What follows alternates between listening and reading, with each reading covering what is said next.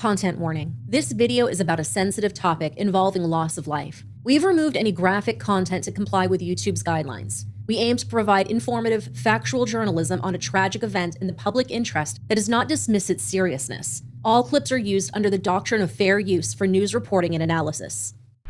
Kaylea Louise Titford was born on September 27, 2004 in Newtown, a small rural town in Wales.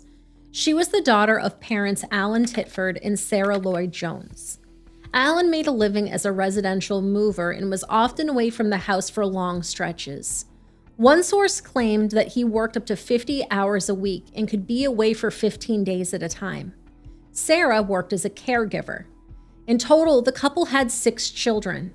At the time of our story, Kaylea had recently celebrated her 16th birthday. Those that knew her described her as a quiet yet cheeky young woman who had her whole life ahead of her.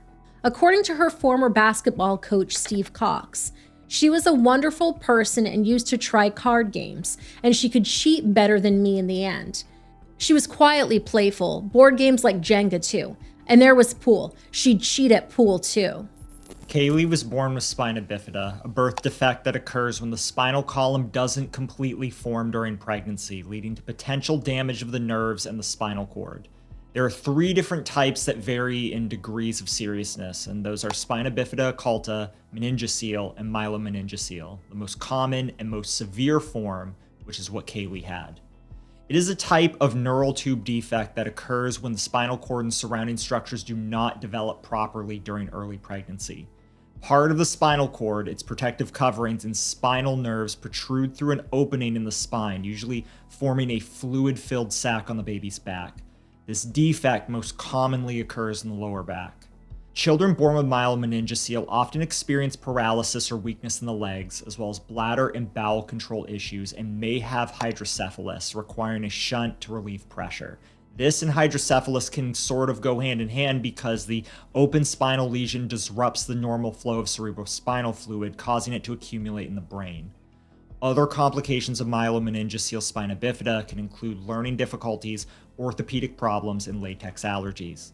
Treatment typically involves surgical repair of the spinal opening shortly after birth, or in some cases, fetal surgery during pregnancy. Ongoing care includes physical therapy, urology and neurology support, and educational assistance to help manage the long-term effects. Now, in regards to Kaylea's case specifically, she suffered mobility issues which caused her to be confined to a wheelchair. Her spina bifida also affected the nerves that controlled her bladder and bowels. Due to this, Kaylea had to use a catheter and relied on a caretaker for her personal care. Her mother, Sarah, took on this role as her daughter's full-time caretaker. However, Kaylea didn't let her disabilities get in the way. She attended Newtown High School just like any other girl her age and was fiercely bright and independent. Although she had a support worker to help her with things that she was incapable of doing herself, Kaylea wanted to be as self-sufficient as humanly possible. According to her support worker, Belinda Jones, she wouldn't let anyone else push her in her wheelchair. Kaylea's teaching assistant, Madeline Ottaway, mirrored Belinda's sentiments, noting that the teenager was fiercely independent and on occasion stubborn. She didn't like asking for help. Although Kaylea was sometimes the victim of bullying, she genuinely enjoyed going to school. Kaylea also showed impressive potential in the basketball court and aspired to one day play wheelchair basketball in the Paralympics. In fact, Kaylea was assigned to the Disability Sport Wales Pathways program, which scouts potential Paralympian talent. Her coach, Steve Cox, would later tell reporters with the BBC that, "I'd take a shot, I'd turn my back, and when I look around, there'd be a couple of balls missing, and she'd give me the sly grin." She was very pleasant, a joy to work with. From the ages of 10 to 12, Kaylea attended training sessions with Coach Cox, who felt that she was a possible star of the future, stating that she took to wheelchair basketball like a duck to water. He described her as friendly and sociable and recounted a time when she took great pleasure in teaching him how to use his cell phone. Apparently, Kaylea would poke fun at him for his lack of technical skills and treated him like a caveman. After leaving the sport, Kaylea and Coach Cox would cross paths again 2 years later at a local youth club he was involved in. Coach Cox recounted that by now, Kaylea wasn't the same girl that he remembered from the basketball court. Noted that by then she was a little bit quieter and withdrawn compared to the girl I was used to, who would take great pleasure in putting me down and having fun. I remember the cheeky smile, the wind-up part of Kaylea, as well as her determination and inner strength. According to her support worker, Belinda Jones, as she got older, her attitude to sport changed, and she wasn't as enthusiastic as before. I feel it was because of her weight. She was getting bigger for her wheelchair, and she used her hands to push the wheels on her wheelchair to get around. Her legs were very tight. Things were changing for Kaylea at home, and not for the better. In 2017, she was discharged from her physiotherapy appointments. Now, this is a big problem because physiotherapy plays a crucial role in managing spina bifida. It helps improve movement, independence, and overall quality of life. She was also discharged from her dietitian services simply because her mother, Sarah, failed to make a new appointment for her. This was also a major problem because meeting with a dietitian can be crucial for those with spina bifida, as they can have unique dietary requirements related to bowel and bladder function, bone health, and weight management. As Kaylea was wheelchair bound and had issues with bowel and bladder function, losing access to these types of services was a big deal. Soon the teenager who had dreams of becoming a Paralympian began to put on a lot of weight. Just 16 years old and 4 foot 8 inches tall, Kaylea weighed 321 pounds. According to Polfus et al. In a paper published in 2017 called Obesity Prevention for Individuals with Spina Bifida, and I quote, "Carrying excess weight exacerbates the inherent health challenges associated with spina bifida, impedes the individual's ability to self-manage their condition, and creates further challenges for family members and caregivers." For Kaylea, obesity was an issue that her medical professionals took seriously because the effects on her health were tenfold given that she had spina bifida. There's an excellent paper published in 2024 from the Spina Bifida Association that we'll link in the show notes called Obesity Among Persons with Spina Bifida. But the paper didn't mince words about how dangerous obesity could be for someone with spina bifida, saying, and I quote, "Obesity causes greater health problems for people who have spina bifida. Obesity further limits mobility and the ability to manage activities of daily living. This leads to a spiraling problem of decreased energy use and weight gain, making it harder to keep up in social and work situations. Obesity puts more pressure on skin, thereby increasing the already high risk of skin breakdown, particularly in areas that hold moisture. Remember, Kaylea was in a wheelchair and was more at risk for ulcers." They go on to say, "With increasing weight, pressure is placed on areas of the buttocks, legs, and back that may promote skin breakdown." Although Kaylea had always been classified as slightly overweight since she was a small child, these services were giving her the ability to lead a healthy and active lifestyle. She soon was being fed a diet that consisted primarily of fast food and sugary treats, which was in direct opposition to what her dietitian recommended. In fact, it's been reported that rather than cook healthy homemade meals, the Titford family would get Chinese takeout 4 to 5 times a week. And I know some people might say that it's their right as parents to feed their child what they want, or maybe someone might think that the parents just simply didn't know any better on what to feed Kaylea. But the fact of the matter is that the family had been working with social services and medical professionals since Kaylea was born. She was now a teenager. Social services still classified Kaylea as a child in need. Her parents knew very well the seriousness of spina bifida. They knew that Kaylea needed a special diet, and they were educated on what her needs were. This wasn't a case of them getting kicked off of services or not being able to afford it. Based on our research, this appeared to be a government-funded program that they had full access to. Just for whatever reason, they chose not to do what was right for her. Now, if you've watched this channel for a long time, you might have heard me mention that I'm a medical coder. And as a coder, when you have an entire medical history in front of you of a person that is dependent on someone else to properly take care of their medical needs, and you see physicians documenting non-compliance of a treatment plan, meaning that the caregiver isn't doing everything they could for them, it is just so infuriating. And see something, say something, right? Well, people can and do, but proving medical neglect isn't exactly an easy task, especially if nobody has died. The wording can vary state to state, and I'm not a lawyer, but from my layman's understanding, it largely centers around proving omission of care to a patient resulting in harm, or the failure to adequately provide medical care. So then the argument comes down to what qualifies as adequate medical care. or what qualifies as omission of care, or what qualifies as harm from medical neglect, apart from the typical effects of the disorder that the person is naturally suffering from. Dr. John Sterling in the Journal of Child and Adolescent Trauma wrote an article called Understanding Medical Neglect When Needed Care is Delayed or Refused. We'll have it linked down below, but in it he says, though the most common form of child maltreatment, neglect can prove among the hardest to diagnose, and intervention is equally difficult. Now keep in mind, this is difficult to prove in a setting of medical professionals who are providing and supervising care. In Kaylee's case, she was being cut off from those medical professionals. And sadly, she was about to get much more isolated from those who could help her. The year was 2020, and with it came the lockdowns related to the pandemic. Kaylea was no longer attending classes at Newtown High School in person and was essentially shut out from the outside world. Now, as you'll recall from many of the cases we've covered post-pandemic, there was a huge uptick in cases of CA due to challenges in detection and reporting. Stay-at-home orders and lockdowns meant children were confined to homes, sometimes with family members that didn't have their best interests at heart. Remote learning meant that teachers and other mandated reporters weren't there to report bruises or other signs of violence within the home. Even social workers who were supposed to be making home visits were turned away due to pandemic-related concerns, as we saw in the case of Little Findlay Bowden of Derbyshire.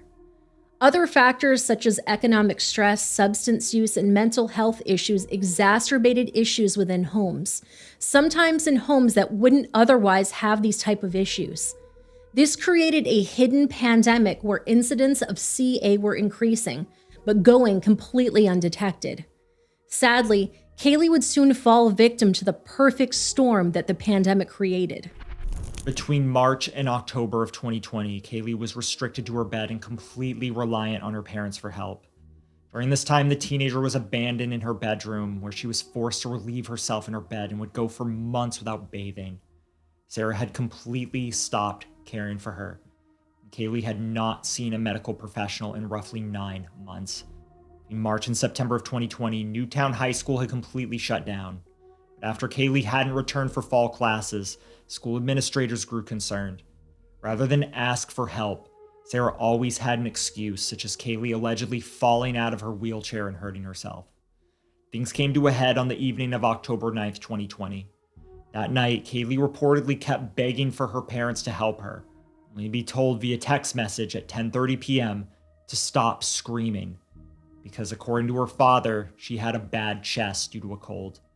This would be the last communication that either parent had with their teenage daughter, because at 8 a.m. the following morning, Sarah found Kaylea unresponsive. Alan made the following 999 call. Okay, so just confirm, is she breathing? No. And are you able to wake her? Kaylea. Oh. I need you to get her onto the floor there. Can you lay her flat on her back on the floor and remove No, any she's pillows? too big. She's got spine disability. She's overweight. If there is something there that can help you, We'll never get her back up. Honestly, she's... that's fine. We need to help her there now, okay? Don't worry about getting her back up there. We need to get her onto the floor. When first responders found Kaylea 10 minutes later, she was described as sitting upright in her filthy bed with her head slumped forward. Rigor mortis had already set in. Her hair was matted and her skin had visible ulcers. Rather than assisting their daughter with her hygiene needs, puppy training pads were placed around her body. All of them were filthy. The previously fiercely independent 16-year-old girl who had hopes of one day becoming a Paralympic athlete is now reduced to this. Kaylea had succumbed in what police referred to as a dumping ground rather than the bedroom of a teenage girl. The room was filled with empty McDonald's cups, soda bottles, and an uneaten birthday cake. Among the piles of garbage and spoiled food, there were items that simply didn't belong, like a pressure washer, a broken refrigerator, and a deep fat fryer complete with grease pouring down the sides. Human waste covered the floors of Kaylea's ensuite bathroom, and milk jugs and fruit juice cartons filled with urine surrounded the teenager's bed. According to police constable Liam Donovan, who responded to the scene, The smell was worse than anything he'd encountered before. And then there were the bugs. The hoist that was positioned over Kaylee's bed was covered in cobwebs and fly feces, and 2 strips of fly paper hung from the ceiling. Investigators counted 110 insects trapped in the glue. When Kaylee's body was finally moved, maggots wriggled out from under her. It's very likely that the teenager was being eaten alive and had been for some time.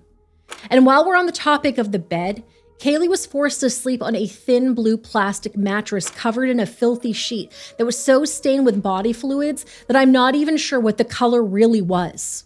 Kaylee's parents never joined the police in the squalid bedroom. In fact, it was one of her siblings that led the authorities to her body. Her mother, Sarah, remained upstairs, while her father, Alan, sat at the bottom of the stairs, smoking a cigarette as if it was going to be his last. At autopsy, it was found that Kaylea died as the result of, and I quote, inflammation and infection in extensive areas of ulceration arising from obesity and its complications, and immobility in a girl with spina bifida and hydrocephalus. In the end, then 45-year-old Alan and 39-year-old Sarah were eventually arrested and charged with manslaughter by gross negligence. However, on December 12th of 2022, just a month before her case was headed to trial, Sarah pled guilty. However, Alan continued to insist that he was innocent, claiming that he just didn't feel comfortable caring for his disabled daughter after she entered puberty. Despite being confined to her bed for the better part of 8 months, Alan claimed that he hadn't noticed anything wrong with Kaylea. The last time he saw his daughter was on her 16th birthday, which was just under 2 weeks before she ultimately died. Alan claimed that he gave Kaylea a hug and kiss, but if he had even bothered to pull back her covers, you would have noticed that her toenails hadn't been cut in at least 6 to 10 months. You would have noticed that her legs and feet were covered in bed sores. In fact, a podiatrist that examined post-mortem photos of Kaylee's body testified that they were the worst that he had seen in his 30 years of practicing. Alan's lawyer, David Elias, asked the jury to divorce themselves from the graphic imagery being shown in court, claiming, "The horror at the end of the case is not the benchmark necessarily for guilt or innocence. It is revolting. It is horrific. There is no dispute about it, but you have to look at how it got to that point." He then shifted the blame to social service workers and Kaylee's mother, Sarah, adding, "Here is a defendant who was working throughout, who we say quite rightly because he was entitled to, because of everything that she had done so well, truly believed until the day Kaylea was found that Sarah Lloyd-Jones was doing the right thing and giving the right treatment, and didn't know that she wasn't." Under cross-examination, Alan blamed his inability to care for his daughter on his own laziness. He admitted that he wasn't a good father and that he'd get lazy and tired after working his long shifts as a mover. Alan claimed that after his shifts, he'd go home and do nothing but watch television in his bedroom. All of Kaylee's needs, as well as the household needs, fell onto Sarah, who was also working as a caregiver outside of the home. Alan wouldn't even open the mail. But in the end, no one was taking care of Kaylea, and neither parent could even be bothered to seek outside help for their disabled daughter. They were perfectly content with hiding her away in her prison of filth, allowing her to die without a shred of dignity. Kaylee's case was somewhat historic in the UK's court system because it was the first time that a manslaughter charge had been issued due to childhood obesity. Matters of parents not managing their child's weight correctly were normally settled in family court. However, there were obviously many layers in Kaylee's case that warranted the charge, not just the fact that she had passed away from neglect. Among the failures that the court listed were ensuring that Kaylea did not stay immobile for periods detrimental to her health and well-being, ensuring that she was living in a safe and hygienic environment, ensuring that her person was maintained to a hygienic physical standard, ensuring that her physical health needs were met, and finally, ensuring that needed medical assistance was sought. Based on the result of Kaylee's autopsy and the state of the bedroom that ultimately became her grave, it was quite apparent that Alan and Sarah had caused her death by shocking and prolonged neglect. On March 7th, 2023, the couple appeared before Judge Martin Griffiths at Swansea Crown Court for sentencing. It was the first time that cameras were allowed in Welsh court after a law passed that allowed proceedings to be recorded. According to the judge, both Alan and Sarah were both equally responsible and were both equally culpable. Alan Titford, stand up.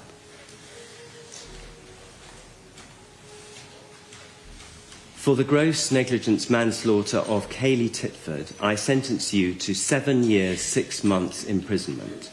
You will serve 2/3 of the sentence, namely 5 years, in custody before you are released on licence. When you are released, you will be on licence until the end of this sentence. You must comply with the terms of the licence and commit no further offence, or else you will be liable to serve a further period in custody. You may go down. For the gross negligence manslaughter of Kaylea Titford, having regard to your guilty plea, I sentence you to 6 years imprisonment. You will serve 2/3 of the sentence, namely 4 years, in custody before you are released on licence. When you are released, you will be on licence until the end of your sentence. You must comply with the terms of the licence and commit no further offence, or else you will be liable to serve a further period in custody. You may go down. However, there were some folks that disagreed with the judge's sentencing, finding the terms to be a bit too lenient.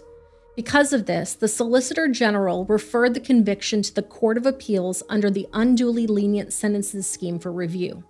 Now, if you recall from our coverage of Sarah Sharif's story, her father's case was also referred to the same agency and was eventually upgraded. After a hearing on May 19, 2023, Alan and Sarah faced the same fate. King's counsel William Emlyn Jones, who was representing the Attorney General's office, told the court, by virtue of the combination of the duration of the neglect, the nature of the victim's prolonged suffering, the extent of the victim's vulnerability and absolute dependence on her parents for care, and ultimately the appalling conditions in which she was left to live and ultimately die, this is an offense which falls into the definition of extreme. I think both of us would be inclined to agree. Now, Alan's sentence was increased to 10 years in prison and Sarah's was increased to 8.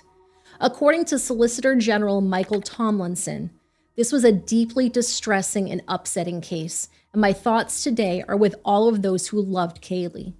Kaylea was subjected to horrific neglect by her parents, and the court's decision to extend Alan Titford and Sarah Lloyd Jones's sentences sends a clear message that child abuse will never be tolerated.